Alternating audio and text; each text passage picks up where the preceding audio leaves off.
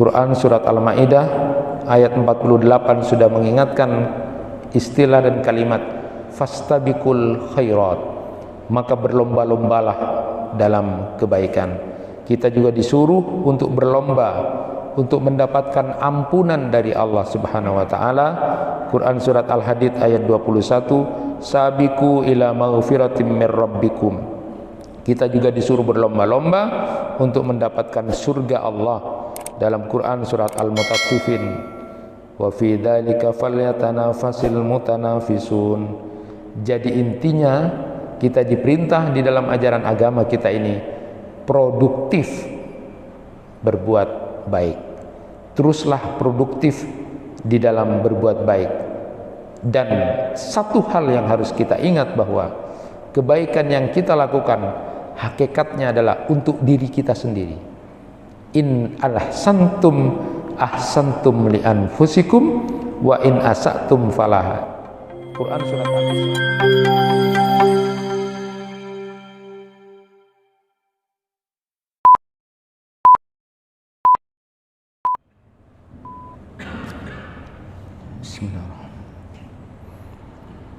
Assalamualaikum warahmatullahi wabarakatuh. Alhamdulillahi rabbil alamin, wa bihi nasta'inu ala umuri dunya waddin.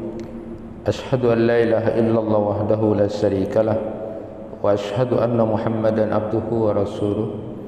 Allahumma salli wa sallim ala nabiyyina Muhammad wa ala alihi wa ashabihi ajma'in. Rabbi shrah li sadri wa yassir li amri wahlul 'uqdatam min lisani yafqahu qawli. Amma ba'du. Jamaah kuliah subuh yang dirahmati Allah, masih kita lanjutkan kajian tentang akhlak pribadi.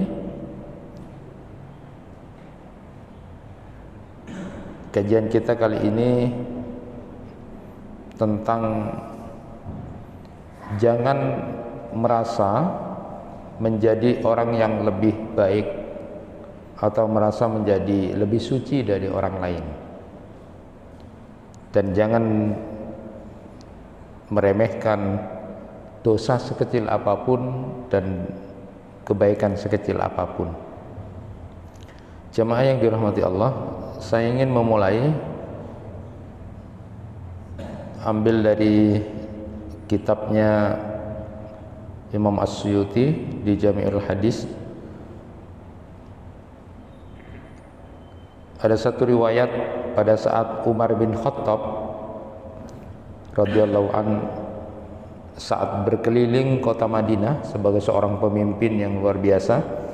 Jadi Umar bin Khattab ini juga suka belusukan, tapi belusukan bahasa sekarang itu belusukan itu untuk melihat rakyatnya bagaimana. Kita kenal riwayat ketika Umar bin Khattab mendengar seorang warganya yang kemudian pada intinya Umar lah yang kemudian membawa makanan untuk dia sebagai tanggung jawab di akhirat nanti.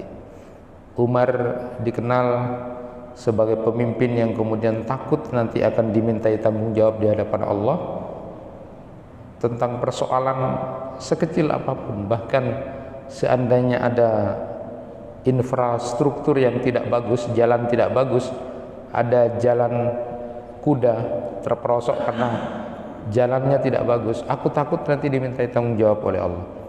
Begitu sangat detailnya Umar memperhatikan warganya itu. Nah, suatu saat di antara sekian banyak cerita bagaimana Umar melakukan belusukan berkeliling kota untuk melihat bagaimana warganya. Suatu saat Umar ketika berkeliling itu, dia lalu menemukan ada satu rumah yang kelihatannya di situ ada laki-laki dan perempuan, dan di situ ada khamr. Lalu singkat cerita Umar masuk lalu bertanya, apakah kamu tidak mengira bahwa Allah melihat perbuatan kamu ini? Lalu kemudian laki-laki yang ada di situ, karena di situ juga ada perempuan dan khamr itu, lalu menjawab, wahai Umar, jangan keburu memvonis aku. Aku berbuat maksiat, aku melakukan satu kesalahan di hadapan Allah. Tapi engkau sudah melakukan 3 kesalahan sekaligus gitu. Hebat sekali ini orangnya, cerdas itu. Langsung membantah Umar dengan seperti itu. Lalu Umar bertanya, apa kesalahanku? Kesalahanmu ada 3. Pertama, engkau memata-matai orang. Padahal Allah Subhanahu wa taala telah melarang itu dalam Quran surat Al-Hujurat ayat 12. Wala tajassasu, jangan kamu memata-matai, mencari-cari kesalahan. Yang kedua, engkau masuk rumah bukan dari pintunya. Padahal Allah berkata, wa'tul buyuta min abwabiha, datangilah rumah-rumah dari pintu-pintunya. Yang benar masuk itu jangan seperti itu. Itu dalam Quran surat Al-Baqarah 189. Dan yang ketiga, engkau masuk rumah tanpa salam. Padahal Allah berkata, la tadkhulu buyutan ghaira buyutikum hatta tasta'nisu wa tusallimu ala ahliha. Jangan engkau masuk rumah tanpa meminta izin dan memberi salam kepada penghuninya. Itu dalam Quran surat An-Nur ayat 27. Nah, lalu kemudian Umar bertanya, oke, kalau aku memaafkan kamu, kebaikan apa yang kamu harapkan? Lalu laki-laki ini mengatakan, jika engkau memaafkan aku, maka aku tidak akan mengulangi perbuatanku lagi. Selesai dialog itu, intinya, lalu kemudian Umar memaafkan orang yang berbuat maksiat ini. Nah, jamaah yang dirahmati Allah, ada banyak hikmah yang bisa kita ambil dari cerita ini. Tetapi begitulah seorang pemimpin juga harus banyak melihat karakter warganya yang berbeda-beda, macam-macam. Salah satu diantaranya ini, ada orang yang kemudian berbuat salah, durhaka, tapi dia pintar kemudian berbelit, beradu logika.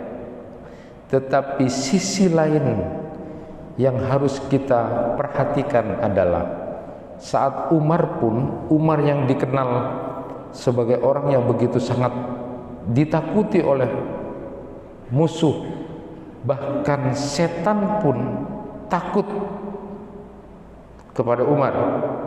Rasulullah pernah menyatakan, inni la anzuru ila syayatinul insi wal jinni qad farru min Umar. Saat Rasulullah menyatakan, sungguh aku melihat setan-setan dari golongan manusia dan jin itu, mereka semuanya lari terbirit-birit ketika melihat Umar. Bahkan ketika suatu saat Umar bin Khattab masuk satu majelis itu, waktu itu majelisnya Nabi SAW bersama perempuan-perempuan, banyak jamaahnya di situ. Saat dengar Umar salam mau masuk, lalu kemudian perempuan-perempuan itu semuanya lari, ya, di hijab, di balik hijab. Mereka semuanya bersembunyi di balik hijab. Lalu kemudian ketika itu disampaikan pada Umar oleh Rasulullah, itu semuanya bersembunyi gitu. Lalu Umar tanya, kenapa engkau bersembunyi? Bukankah yang harusnya kamu takuti adalah Rasulullah? Lalu para perempuan itu menjawab, karena kamu lebih kasar, kamu lebih keras gitu. Lalu kemudian Rasulullah menyatakan, walladzi nafsi biyadihi malaki kasyaitan qad salikan fajjan illa salaka fajjan ghaira fajjika. Demi Allah yang jiwaku ada di tangannya, kata Rasulullah sallallahu alaihi wasallam, tidaklah setan mendatangi engkau berjalan dari satu lembah, melainkan setan itu akan mengambil jalan lain yang tidak engkau lewati. Nah, dalam peristiwa itu Umar bin Khattab hebatnya lalu kemudian memaafkan orang ini, menempatkan warganya ini dalam posisi seperti itu, masih dimaafkan orang yang bermaksiat itu, karena tahu betul bahwa Allah Subhanahu wa ta'ala saja menempatkan dirinya sebagai Tuhan, begitu masih berdekat-dekatan dengan orang-orang yang masih bersalah dan melampaui batas. Di dalam Quran surat An-Nisa ayat 53 itu, Qul ya ibadiyalladzina asrafu ala anfusihim la taqnatu min rahmatillah innallaha yaghfirud dzunuba jami'a innahu huwal ghafurur rahim. Allah menyatakan, menyebut, wahai hamba-hambaku yang sudah melampaui batas. Allah saja menempatkan dirinya dengan orang-orang yang berdosa, melampaui batas ini masih dalam posisi disebut hai hamba-hambaku. Jadi kita tidak pantas untuk merasa menjadi orang yang lebih baik, merasa lebih suci karena kita sudah merasa rajin beribadah. Jangan pernah ada itu. Itu yang akan menjatuhkan kita. Allah saja menempatkan dirinya seperti itu kepada hamba-hamba, masih mengucapkan hamba-hambaku yang sudah melampaui batas. Kita baru saja menjadi orang baik dalam 10 tahun, sudah merasa lebih suci dan lebih baik. Maka kalau kemudian seorang syekh itu mengatakan, bila ada Umar, masih ada Umar, lalu melihat ada orang yang merasa dirinya lebih baik dan merasa lebih suci, maka pasti dia akan dicambuk oleh Umar. Bukankah Allah Subhanahu wa ta'ala berfirman dalam Quran surat An-Najm ayat 32, fala tuzakku anfusakum huwa a'lamu bimanittaqa. Jangan kamu merasa sok semuji, sok lebih baik. Dialah Allah yang tahu siapa di antara kalian yang bertakwa. Karena kita ini masih berada dalam posisi bersangka-sangka. Nah, jemaah yang dirahmati Allah, maka tentu yang kita tekankan adalah pada diri kita sendiri, jangan merasa menjadi orang yang lebih baik, merasa menjadi orang yang lebih suci dari orang lain, karena itu adalah jebakan luar biasa yang akan menjatuhkan kita. Yang kita lakukan adalah tetaplah istiqomah dalam kebaikan itu, tanpa harus memandang kita jauh lebih baik dan lebih suci dari orang lain, karena yang tahu sebenarnya rahasia kita itu adalah Allah. Kita hanya sebatas melihat, mendengar, tapi sesungguhnya yang tahu itu adalah Allah. Maka kenapa kemudian disebutkan jangan kamu terlalu memandang remeh dan merendahkan seseorang, hatta dia pun menurut yang kamu lihat dan dengar itu pernah melakukan dosa. Karena di hadapan Allah kita tidak ada yang tahu. Nah, berikutnya jamaah yang dirahmati Allah, tentu walaupun kita juga jangan merasa menjadi orang lebih baik dan lebih suci itu, di sisi lain yang harus kita lakukan, jangan pula meremehkan kebaikan-kebaikan sekecil apapun, dan jangan meremehkan sekecil apapun dosa yang kita lakukan. Karena itu sudah kita memahami bersama bagaimana kita sering mendengar surat Al-Zalzalah ayat 7 dan 8. فَمَنْ يَعْمَلْ مِثْقَالَ ذَرَّةٍ خَيْرًا يَرَهُ wa may ya'mal misqala dzarratin syarran yarah. Jadi Allah akan melihat, Allah akan memperhitungkan sekecil apapun kebaikan yang dilakukan, dan nanti Allah juga akan memperhitungkan sekecil apapun dosa yang dilakukan. Dalam tafsir Ibnu Katsir itu beliau menyebutkan ada kaum muslimin yang beranggapan bahwa mereka tidak akan diberi pahala oleh Allah karena melakukan amalan-amalan cuma kecil saja. Allah cuma segini aja, pahalanya berapa? Dan ada juga yang beranggapan bahwa dia tidak akan disiksa, diadab oleh Allah karena cuma kesalahan kecil yang dilakukan. Maka diingatkan dengan ayat ini, faman ya'mal misqala dzarratin khairan yarah wa man ya'mal misqala dzarratin syarran yarah. Jadi kalau dzarrah itu, ada yang memahami dzarrah itu adalah semut kecil. Ada yang bahkan memahami seperti kepalanya semut, sudah semut kepalanya semut saja. Ada juga yang memahami bahwa zarrah itu seperti atom, seperti debu yang ada dalam cahaya. Jadi ketika ada cahaya lalu kemudian berterbangan debu-debu kecil itu adalah zarrah. Tetapi intinya adalah zarrah itu adalah memberikan gambaran sekecil apapun kebaikan ataupun kesalahan yang dilakukan itu jangan diremehkan, karena itu akan diperhitungkan. Nah, ada ulama yang kemudian memahami bahwa ayat ini turun tentang dua orang yang ada di Madinah pada waktu itu. Satu orang merasa malu cuma memberi peminta-minta itu dengan satu butir kurma. Jadi kayaknya apa sih nilainya pahala, cuma malu dia cuma memberi satu butir kurma pada orang. Jadi tidak bernilai kayaknya. Dan yang satunya adalah meremehkan dosa, cuma melihat gitu aja kok. Sekedar melihat yang bukan mahramnya, cuma sekedar. Dia kemudian meremehkan dosa itu. Lalu kemudian turunlah ayat ini mengingatkan pada kita semuanya. Nabi SAW bersabda, ittaqun nar walau bisikki tamratin walau bikalimatin thayyibah. Jagalah diri kalian dari neraka sekalipun hanya sebutir kurma, ataupun sekalipun hanya dengan perkataan yang baik. Jadi jangan meremehkan kebaikan sekecil apapun.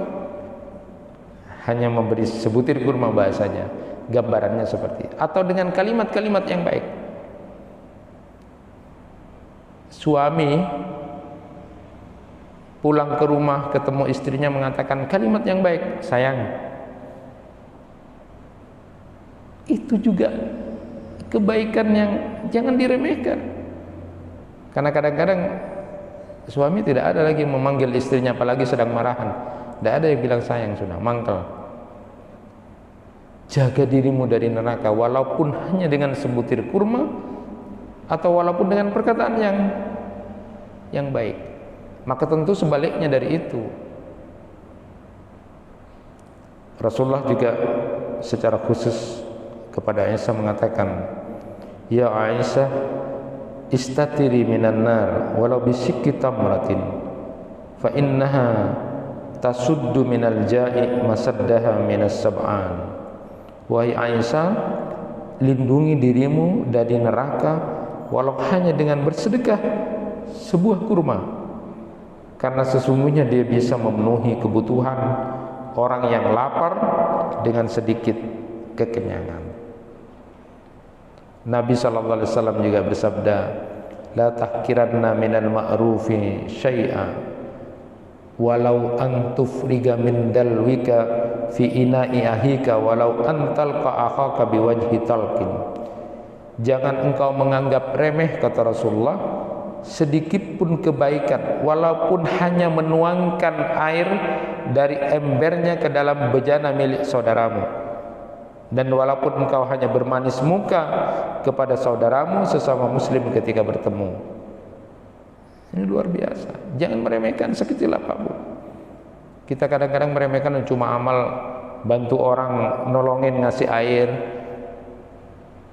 Justru amal-amal sekecil inilah yang kemudian bisa menjadi luar biasa. Para ulama mengatakan ada amalan-amalan kecil tapi menjadi besar di hadapan Allah karena niatnya. Dan berapa banyak amalan-amalan besar kelihatan tetapi kemudian menjadi kecil di hadapan Allah karena niatnya. Saya pernah memberikan gambaran itu. Ada orang yang melakukan sunnah Nabi ketika datang ke masjid, lalu pakai kaki kanan, lalu berdoa bismillah Allahumma aftahli abwaaba rahmatika Allahumma salli ala Muhammad wa sallim. Tidak ada yang tahu, tidak ada yang ngalam.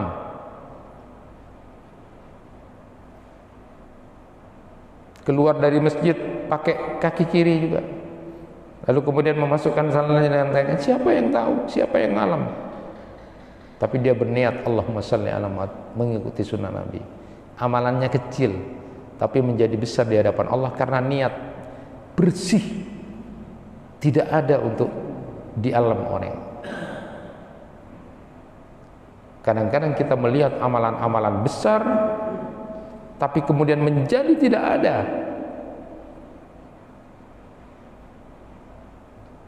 Ketika kemudian taswir berfoto pada saat di depan Ka'bah, lalu kemudian kita pamer-pamerkan, kiswahnya lagi diganti nih, habis.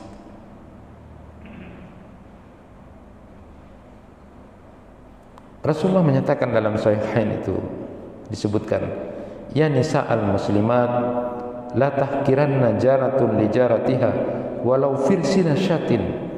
Wahai para wanita muslimah, jangan antara tetangga yang satu dengan yang lainnya saling meremehkan walaupun hanya dengan memberi kaki kambing.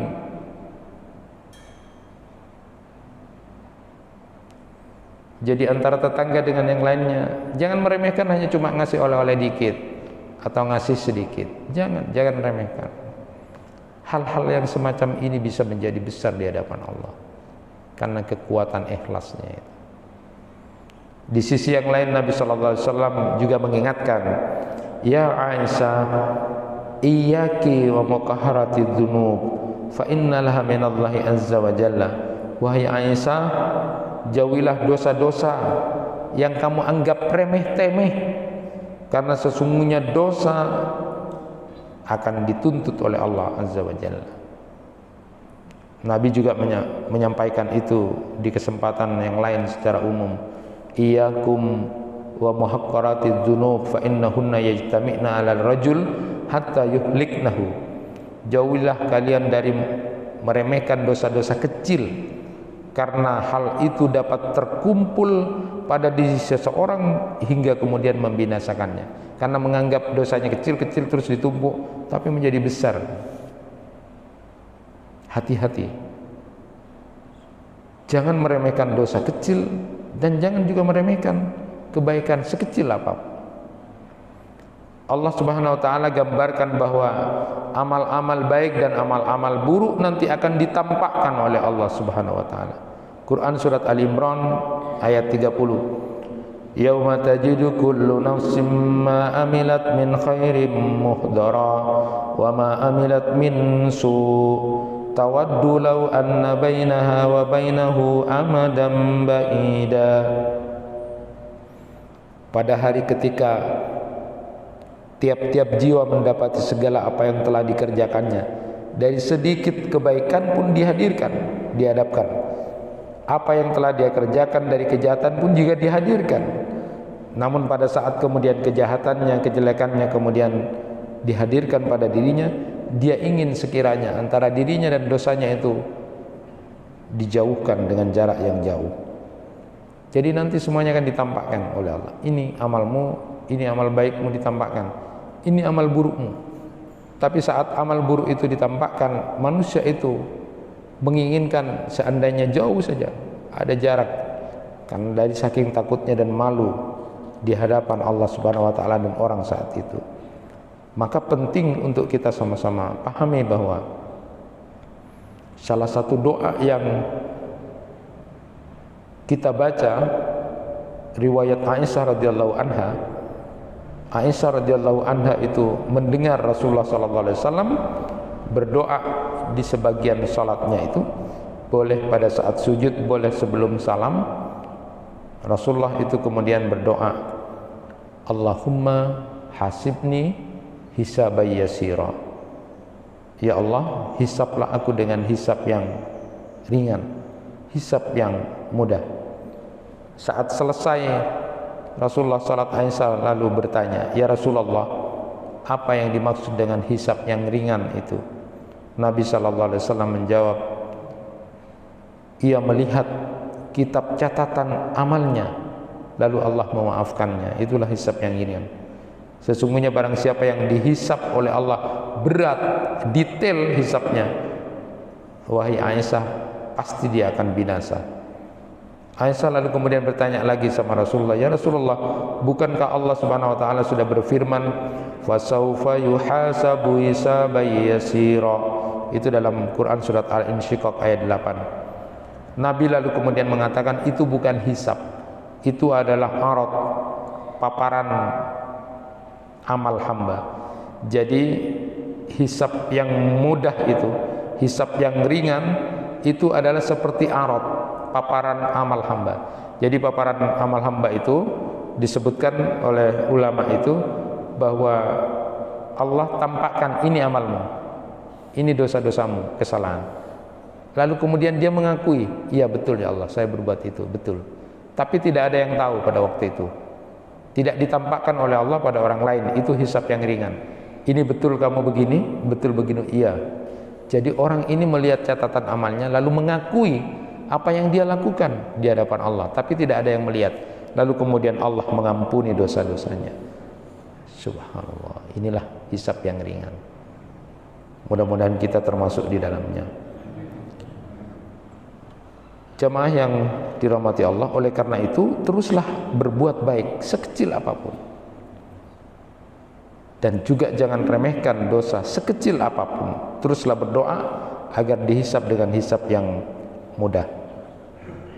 Ingat, Ibnu Katsir itu dalam tafsirnya beliau menukil satu riwayat, kana Abu Hurairah yata'awwadu min sujudihi ayyazniya au tasriqa au yakfura au ya'mala kabiratan.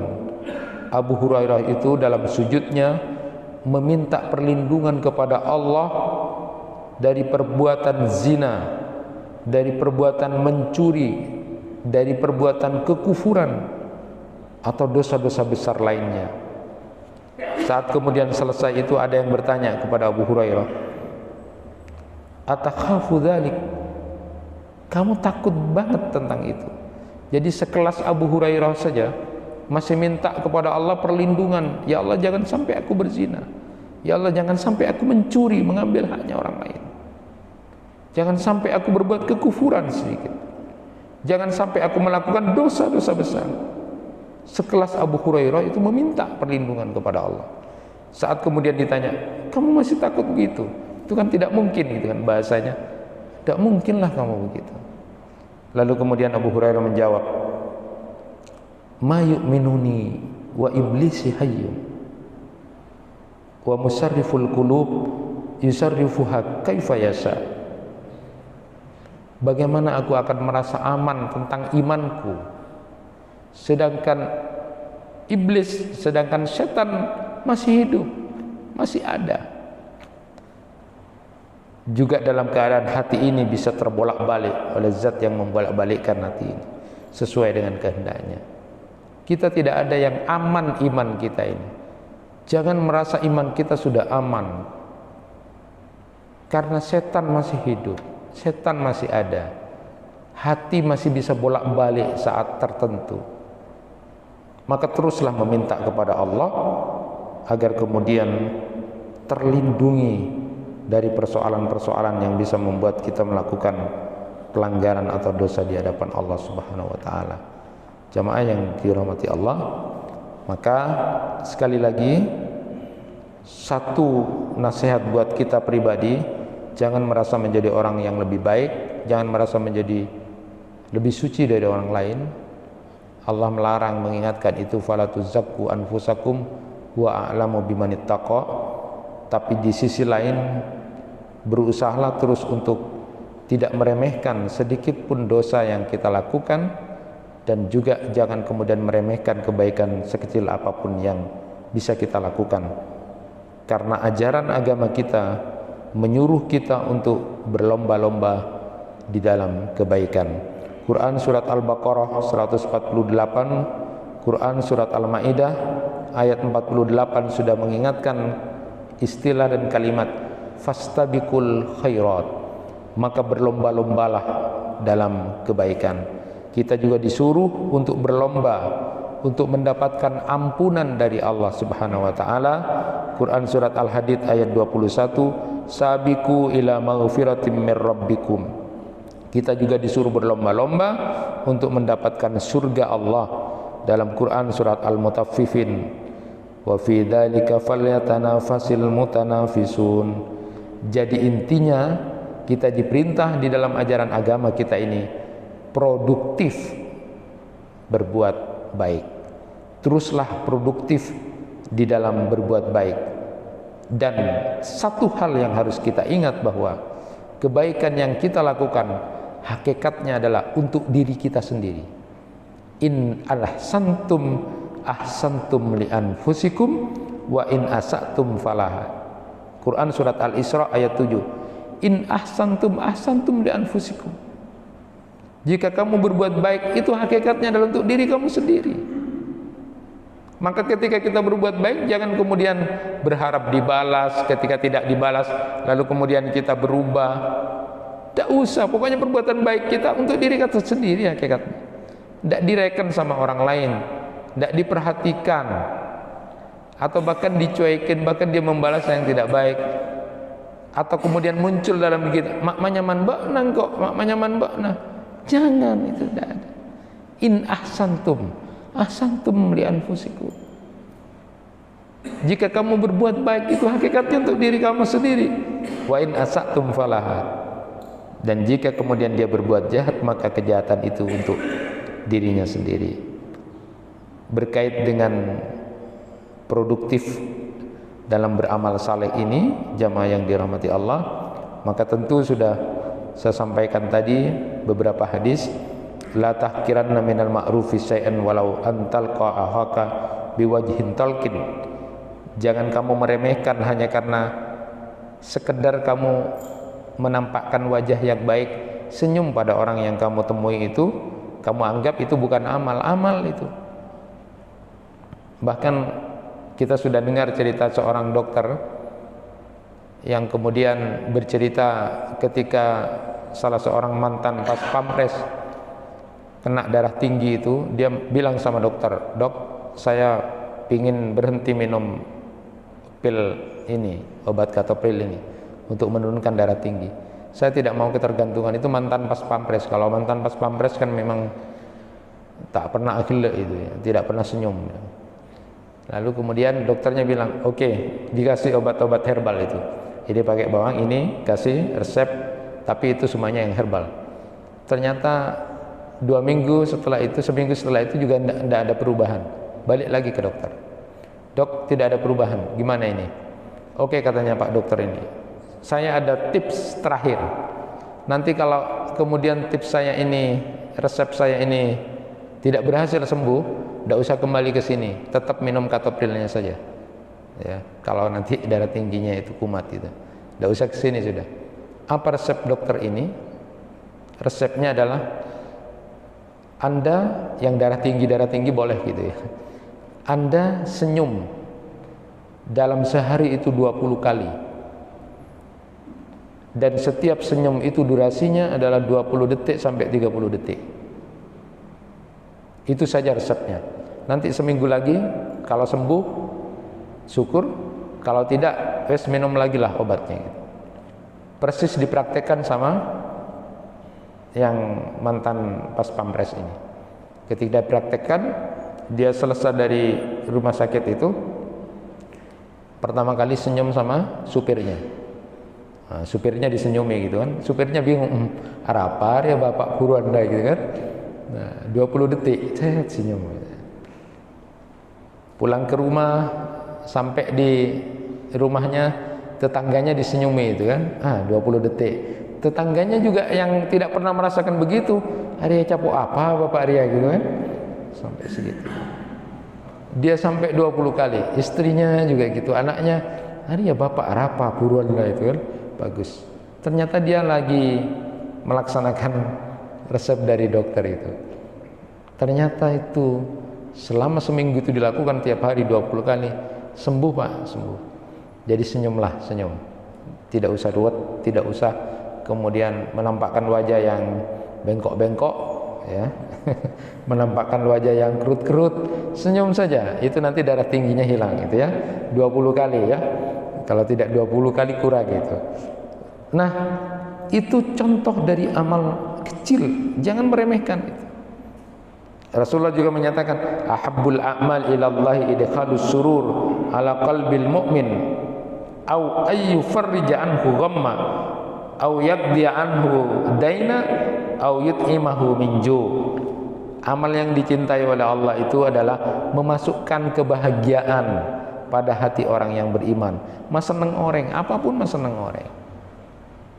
Bisa juga dengan menghilangkan kesusahannya, melunasi hutangnya, atau memberinya makan dari kelaparan, ngajak orang lain makan dan sebagainya.